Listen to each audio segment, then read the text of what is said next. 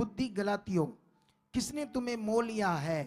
तुम्हारी तो मानो आंखों के सामने यीशु मसीह क्रूस पर दिखाया गया।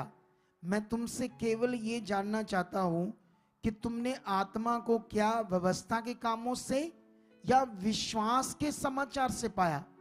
क्या तुम ऐसे निर्बुद्धि हो कि आत्मा की रीति पर आरंभ करके अब शरीर की रीति पर अंत करोगे? क्या तुमने इतना दुख व्यर्थ ही उठाया, परंतु कदाचित व्यर्थ नहीं। जो तुम्हें आत्मा दान करता है वह तुम में सामर्थ्य के काम करता है। वह क्या व्यवस्था के कामों से या सुसमाचार पर विश्वास करने से ऐसा करता है?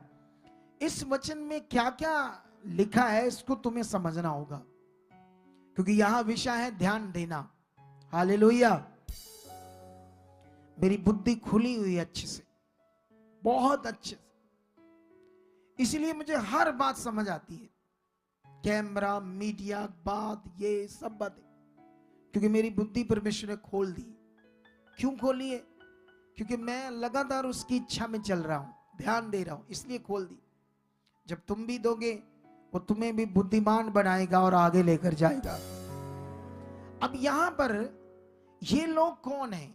गलातियों के है तो परमेश्वर के लोग, लेकिन आदम और हवा की संतान ही है ये, लेकिन भटक गए। जैसे पूरी दुनिया में अलग अलग धर्म जात बन गए, है तो उसी परमेश्वर के लोग, लेकिन दुनिया में फिर जातें पातें बनती गई तो उस हिसाब से भगवान बनते गए, रीति रिवाज बन गए। ये भी एक रीति रिवाज के लोग थे, अन्य जाति, जो गलातियों में रहते थे। ठीक है। अब ये गलातियों का यूरोप कंट्री का कोई नगर मान लो, कोई गांव या नगर मान लो। ठीक है। अब तुम्हें ध्यान देना, यहां पर जब प्रेरित पौल गया तो उसने इन लोगों को सच्चाई बताई, परमेश्वर का सुसमाचार दिया। और जब इनको सुसमाचार दिया तो ये तो बड़े दुखी थे, परेशान थे, शैतान के सताए थे, दुष्ट आत्मा से जकड़े थे,